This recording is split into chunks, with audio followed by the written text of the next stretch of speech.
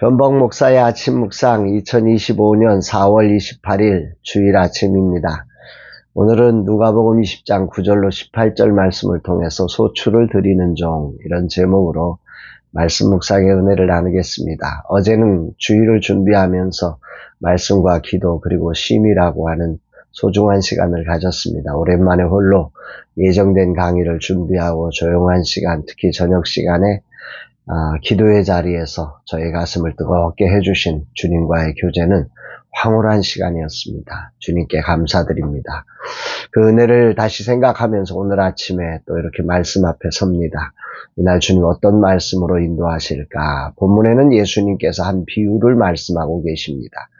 포도원 주인이 포도원을 농부들에게 맡기고 소작으로 맡기고 먼 나라로 떠났습니다. 때가 되어서 소출을 받기 위해서 종을 보냈는데 농부들이 종을 때리고 빈손으로 돌려보냅니다. 다시 두 번째 종을 보내지만 역시 학대하고 보냅니다.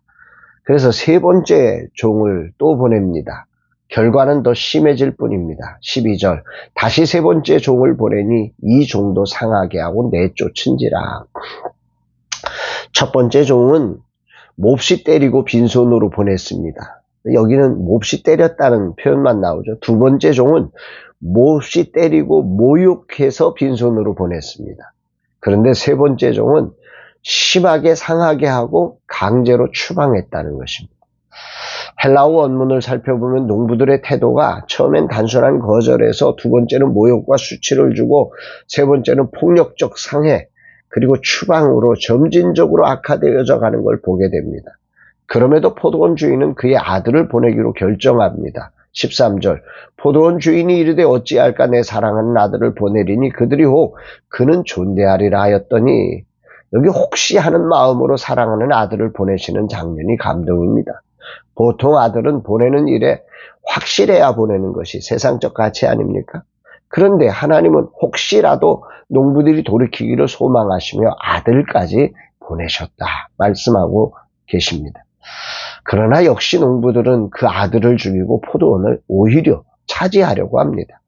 주인은 결국 농부들을 멸하고 다른 이들에게 포도원을 맡긴다 하십니다. 17절 그들을 보시며 이르시되 그러면 기록된 바 건축자들의 버린 돌이 모퉁이의 머릿돌이 되었느니라 함이 어찌미냐. 오늘 비유는 당시 팔레스타인 사회에서 매우 현실적인 이야기였다고 합니다. 로마 제국 시대 팔레스타인에는 이 포도원 소유주, 그러니까 대지주죠. 대주주가 땅을 소유하고 소작농들에게 그 땅을 경작하게 하고 수확의 일부를 주인에게 바치는 이런 구조가 흔했다고 합니다. 주인은 종종 외국에 살면서 대리인들을 통해서 소출을 수거하게 했는데 이런 경제적인 구조 속에서 소작농들이 반란이나 소유권 분쟁들이 일어나는 경우가 종종 있었다고 합니다. 그러면 왜 예수님은 이 비유를 지금 말씀하고 계시는 건가?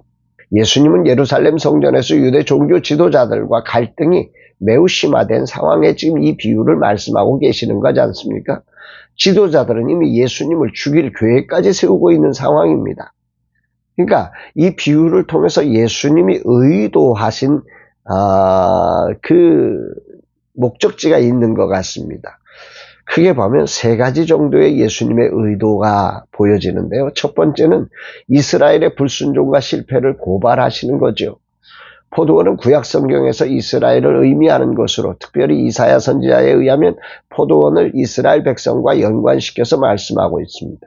하나님은 이스라엘을 택하시고 선지자들을 보냈지만 이스라엘은 계속해서 하나님의 사자를 핍박했고 지금에 와서는 하나님의 아들이신 예수님마저 죽이려 한다고 하는 이것을 고발하고 계시는 거죠.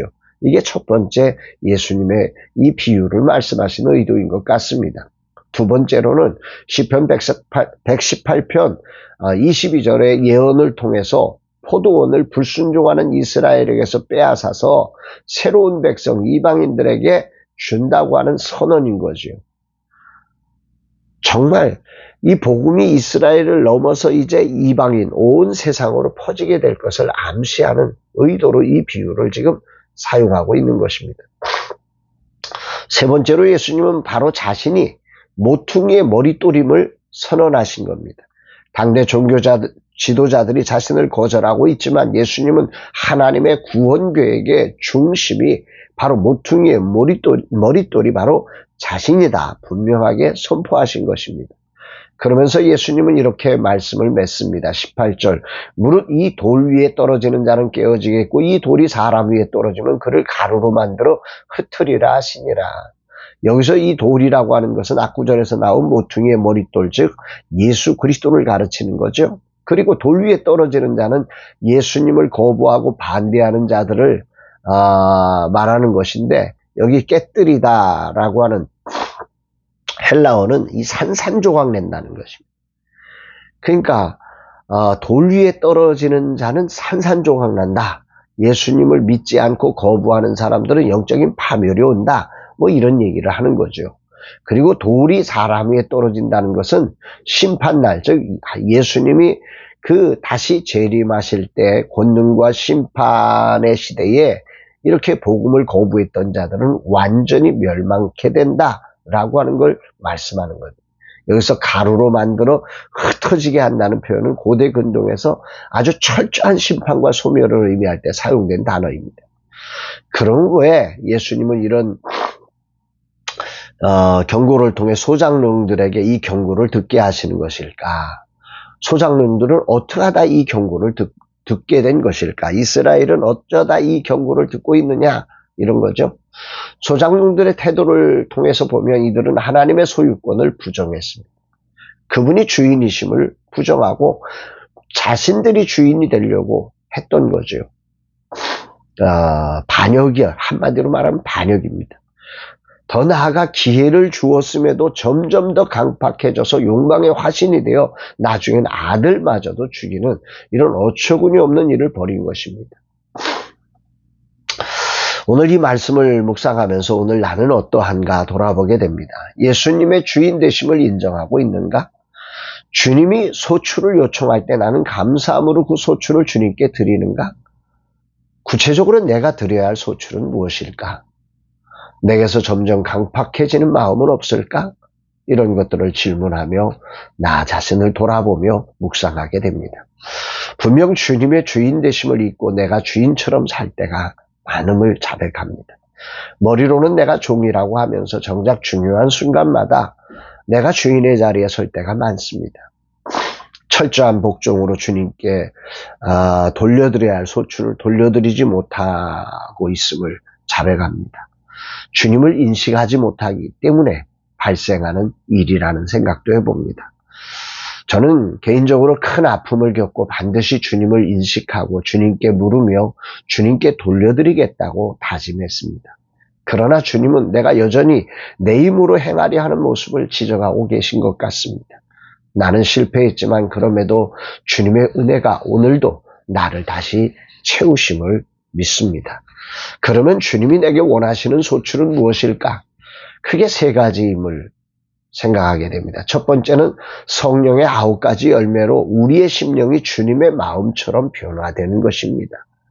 사랑, 희락, 화평, 자비, 양선, 온유, 절제, 인내, 충성 이런 성령의 열매로 아버지의 마음을 가지라고 하는 것이 우리가 정말 주님께 돌려드려야 할 것은 바로 성령의 열매를 맺는 삶이다 생각됩니다.